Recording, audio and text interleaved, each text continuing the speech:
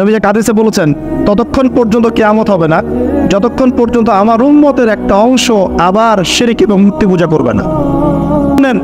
নবী সাল্লাল্লাহু আলাইহি ওয়াসাল্লাম যখন ইন্তেকাল করছেন, একদম ইন্তেকালের মুহূর্তে তার গায়ে জ্বর, প্রচন্ড জ্বর, গায়ের তাপমাত্রা বেড়ে গেছে, তাকে গোসল দেয়া হচ্ছে এবং গোসল থেকে উঠে তিনি আবার বেহুশ হয়ে যাচ্ছেন, আবার পানি ঢালা হচ্ছে। এরকম একটা মুমূর্ষ অবস্থায় নবী সাল্লাল্লাহু আলাইহি ওয়াসাল্লাম বলছেন, তোমরা নামাজকে ছেড়ো না, নামাজকে ছেড়ো না। তিনি বলছেন, মেয়েদের ব্যাপারে এবং তোমাদের অধীনস্থদের ব্যাপারে সতর্ক থেকো। আরও বলছেন, আরব উপদেশ থেকে, আরব উপমহাদেশ থেকে, আরবের জাজিরা থেকে ইহুদিদেরকে বের করে দিও। কখন বলছেন এই কথা? একদম শেষ সময়ে। আরো বলছেন, তোমরা আমার কবরকে উপাসনার জায়গা বানিও না, আমার কবরকে সেজদার জায়গা বানিও না। এগুলো তিনি শেষ কথা বলে গেছে। আর তারা ওদের হাত ধরে, ব্রিটেনের হাত ধরে অটোম্যানদেরকে পরাজিত করে ওই জায়গা দখল করে এই যে বিগত 100 বছর থেকে এখন মুসলিমদের উপর শাসন করতেছে। আল্লাহ বলছেন, তোমরা সেই ফিতনা থেকে বেঁচে থাকো। আল্লাহর কথা শোনেন, আল্লাহ পাক বলছেন, তোমরা সেই ফিতনা থেকে বেঁচে থাকো যে ফিতনা শুধু জালেমদের উপর খাস করে আসবে না, মানে সবার উপরেই আসবে। বলে তো সুদের ফিতনা সবার উপরে আসে নাই? আসে নাই? এই যে এক সময় ঘুষটা খুব অপরাধ মনে করা হতো, যে ঘুষ ছি, মানুষ দেখলে কি, জানলে কি বলবে। আস্তে আস্তে আস্তে আস্তে ইউজ টু হয়ে গেলাম, এখন স্বাভাবিক হয়ে যাচ্ছে দিন দিন। হ্যাঁ, দেওয়াই লাগে, নেওয়াই লাগে। এখন ফতোয়া জিজ্ঞাসা করতেছে যে আমার যোগ্যতা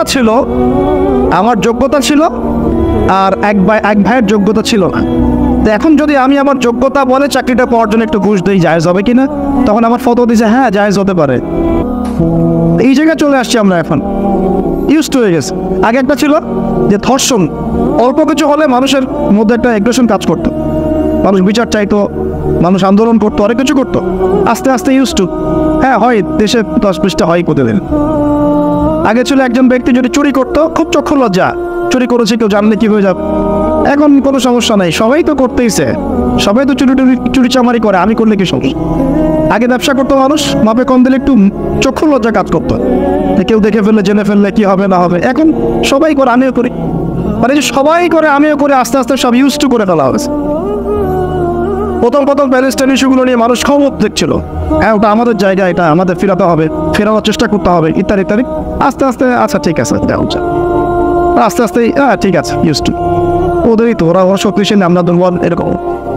আস্তে আস্তে এই যে অবস্থা, এতে করে শুধু এক শ্রেণীর মানুষ এফেক্টেড হবে না, পুরো উম্মার সবাই এফেক্টেড হবে। আস্তে আস্তে এই সমস্যাগুলোর ফলাফল আপনার আমার বাসার দরজায় যদি না আসছে, নাম বদলে ফেলবো ইনশাআল্লাহ। সবার দরজায় এই ফিতনাগুলো আসবে।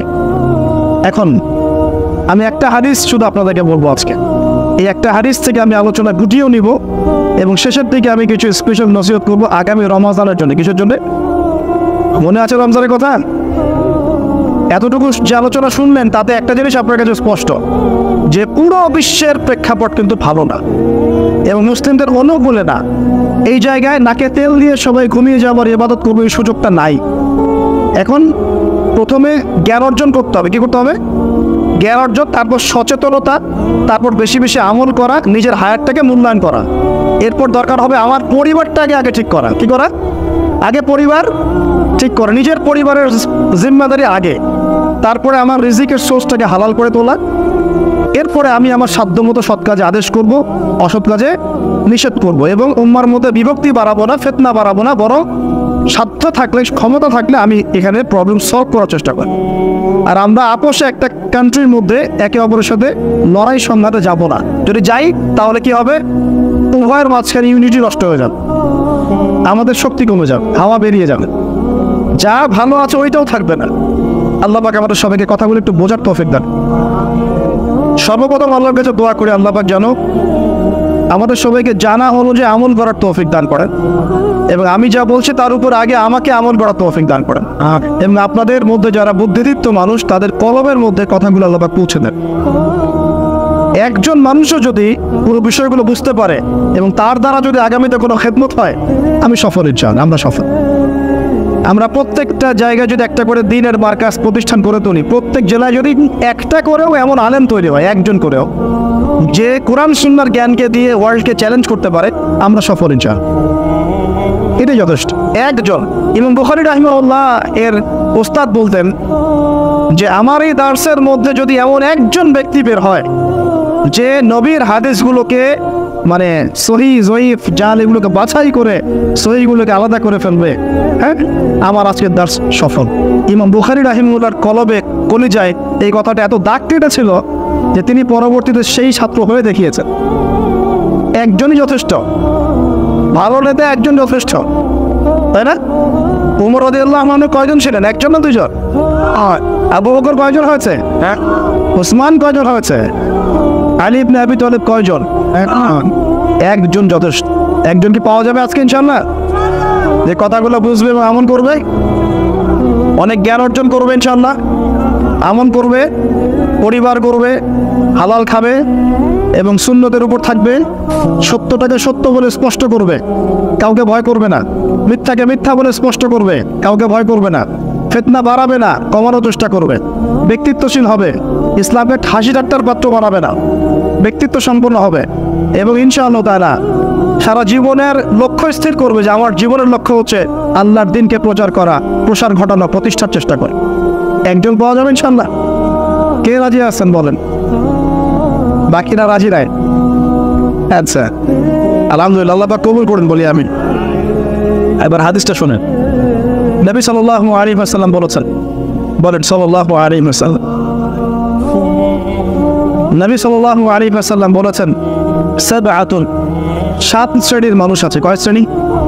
আমার সাথে একটু মনোযোগ দেন, এটা আমাদের লেকচারের মূল জায়গা। 7 শ্রেণীর মানুষ আছে। কত শ্রেণী? সাবআতুন ইউজিল্লুহুমুল্লাহু তাআলা ফি জিল্লিহি, আল্লাহ পাক এই 7 শ্রেণীকে আল্লাহর ছায়ায় ছায়া দিবেন, মানে আল্লাহ পাকের আরশের ছায়ায় ছায়া দিবেন, ইয়াউমা লা জিল্লা ইল্লা জিল্লুহু, যেদিন এই ছায়া ছাড়া অন্য কোনো ছায়া থাকবে না। বলেন সুবহানাল্লাহ। কত শ্রেণী? আমি জানি হাদিসটা আপনারা আগেও শুনেছেন, তা আজকে নতুনভাবে শেখেন। কয় শ্রেণী? 7 শ্রেণী। কোথায় ছায়া পাবে? আরশের ছায়ায়। ওই দিন অন্য কোনো ছায়া থাকবে না। এই ছায়া ছায়া পাবে মানে সে কি জান্নাতি না জাহান্নামী? তার কোনো টেনশন হবে না? হিসাব নিকাশের টেনশন, কোনো ভয়, কিয়ামতের বিভীষিকা কিচ্ছু নাই। একদম সুকুন, ইতমিনাল, একদম নিরাপদ। আচ্ছা, 1 নাম্বার, আগে সিরিয়াল ওয়াইজ বলি, তারপর আপনাকে বোঝাচ্ছি। 1 নাম্বার হচ্ছে ইমামুল আদিল। কি নাম? ইমামুন আদিল, মানে ন্যায়পরায়ণ শাসক। ন্যায়পরায়ণ শাসক, রাষ্ট্রের শাসক হতে পারে, সমাজের হতে পারে, পরিবারেরও হতে পারে। যেখানে যে দায়িত্বশীল তাকেই তার দায়িত্বশীল বলা হয়। আচ্ছা, 1 নাম্বার ইমামুন আদিল। 2 নাম্বার ওয়াশাবুন, এই যে তুমি যুবক, ওয়াশাবুন যুবক, নাশাআ ফি ইবাদাতিল্লাহি তাআলা, যে আল্লাহ পাকের ইবাদতে তার যৌবন বিলিয়ে দিয়েছে।